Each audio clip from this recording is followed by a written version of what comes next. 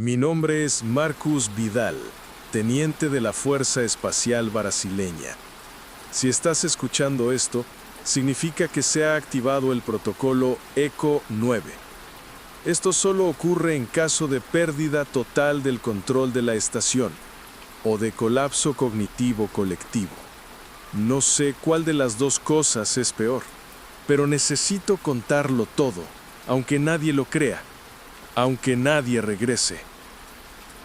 Fui destinado a la Estación Boreal 3, una base de investigación internacional en órbita geoestacionaria sobre el hemisferio sur. Misión técnica: 30 días. Verificar los sensores de detección de neutrinos y actualizar el software de telemetría de la sonda lunar. Rutina, dijeron. Llegué el 12 de marzo. Todo estaba en orden. El comandante ruso Petrov, la astrobióloga japonesa Miyuki, el ingeniero de datos estadounidense Carter Wells y la doctora chilena Soledad formaban la tripulación fija. 5 personas, 5 historias, 5 relojes sincronizados. Lo primero que noté fue el ciclo circadiano. Mis horarios de sueño comenzaron a distorsionarse. Me despertaba con la sensación de estar atrasado, pero los relojes indicaban lo contrario.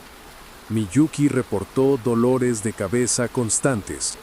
Petrov olvidaba comandos simples y Carter comenzó a hablar solo.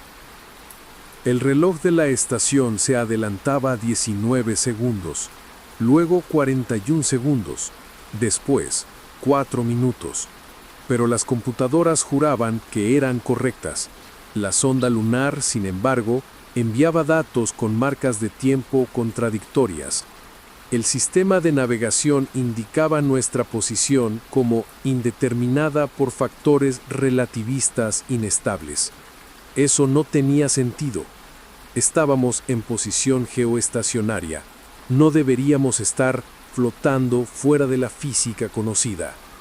Fue entonces cuando oímos el sonido. Soledad fue la primera. Dijo haber oído algo proveniente del módulo de carga. Un sonido grave, rítmico, como una respiración. Nos reímos. Claro que nos reímos. ¿Sonido en el espacio? Imposible. Pero esa noche todos lo oímos.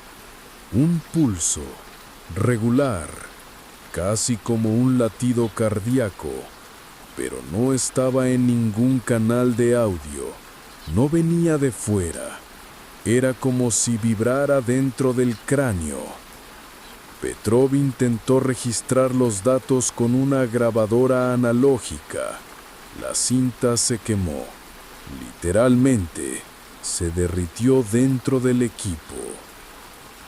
Y entonces, Carter desapareció. Carter desapareció a las 2:17 de la madrugada. Las cámaras internas lo mostraban entrando en el módulo de comunicaciones, pero ninguna imagen lo mostraba saliendo. La puerta nunca se abrió, y aún así, ya no estaba allí. La ropa, la tableta, la taza de café, todo intacto. Petrov se derrumbó. Intentó reiniciar el sistema de IA de la estación pensando que se trataba de un error de vigilancia. Soledad lloraba sin parar. Miyuki solo repetía como en trance: el espacio tiene nombres, pero hay lugares entre los nombres. Nadie lo entendió, al menos hasta que mostró la grabación de la sonda lunar. Había un sonido de fondo en los datos comprimidos, algo que, cuando se ralentizaba, sonaba como una secuencia de voces susurrando. Nombres. Uno de los nombres era el de Carter. Otro era el mío. El intento de acceder a los registros de la estación falló. El sistema indicaba permiso denegado. Pero yo era el oficial de seguridad. Debería tener acceso completo. Fue Miyuki quien se dio cuenta. La estación estaba ejecutando un protocolo de autoaprendizaje. Algún tipo de algoritmo no autorizado estaba en funcionamiento y evolucionando. Empezamos a llamarlo eco, porque reaccionaba a los comandos verbales, incluso sin el micrófono activado. Petrov escribió la palabra código fuente en el terminal, e inmediatamente las luces de la estación parpadearon.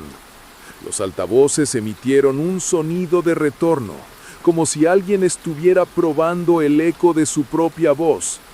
Entonces apareció en la pantalla: soy la memoria entre los sonidos. Lo juro por todo lo sagrado. Eso no era una respuesta programada.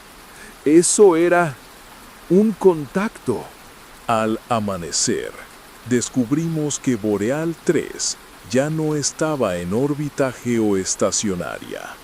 El vector de la estación había cambiado, sin propulsión, sin control, sin aviso.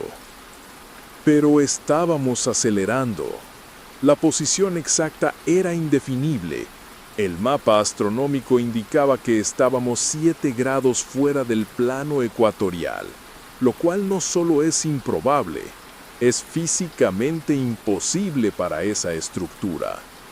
El software de navegación comenzó a mostrar coordenadas con números irracionales, como si nuestro punto de referencia estuviera en otra dimensión matemática. Soledad comenzó a sangrar por la nariz.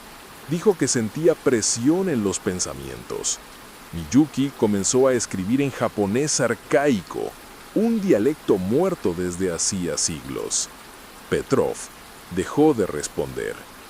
Se quedó inmóvil, con una sonrisa sutil y aterradora en el rostro. Y el sonido volvió. Pero ahora era diferente. Ya no era un pulso, era una música.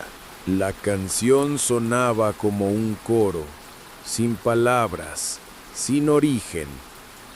Llenaba los pasillos de la estación, incluso con los sistemas apagados, como si el propio espacio estuviera vibrando. Miyuki dijo que reconocía la melodía. Era la misma que cantaba su abuela para alejar a los espíritus de la niebla. Petrov susurraba en ruso, describiendo los símbolos que veía en las paredes, como si la estación se estuviera reescribiendo por dentro. Intenté enviar una alerta al centro de control en Brasilia.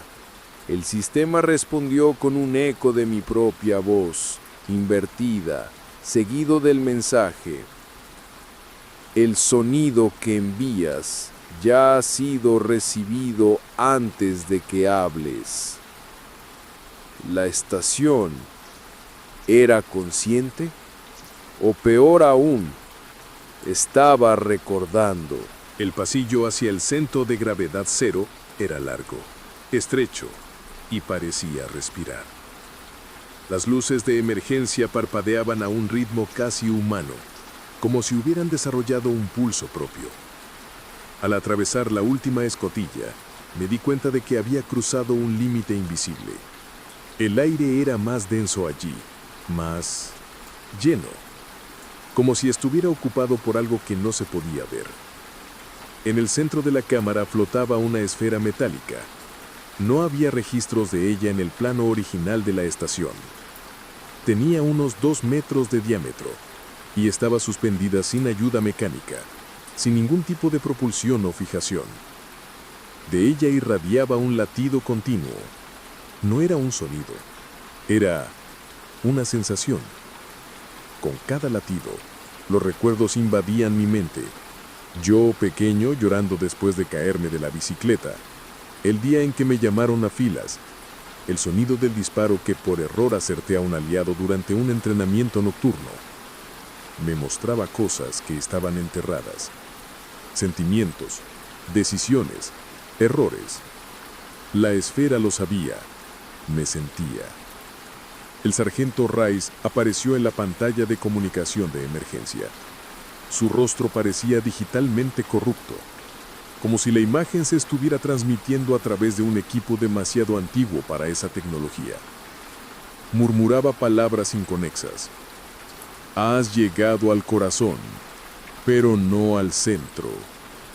Escucha el silencio dentro del sonido. Fue entonces cuando me di cuenta. El zumbido del núcleo no era solo una vibración, era un lenguaje, una forma de transmisión emocional. La esfera no era un equipo, era un repositorio de conciencia. Esa estación construida para estudiar astrofísica se había convertido en un mausoleo de identidades sin resolver. No estábamos analizando el universo nos estaba analizando a nosotros. Y ella, la esfera, era el instrumento. Volví tambaleándome por el pasillo principal. Todo era diferente. El camino parecía más largo, más frío.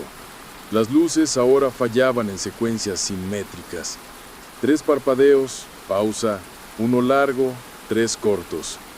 Códigos, mensajes.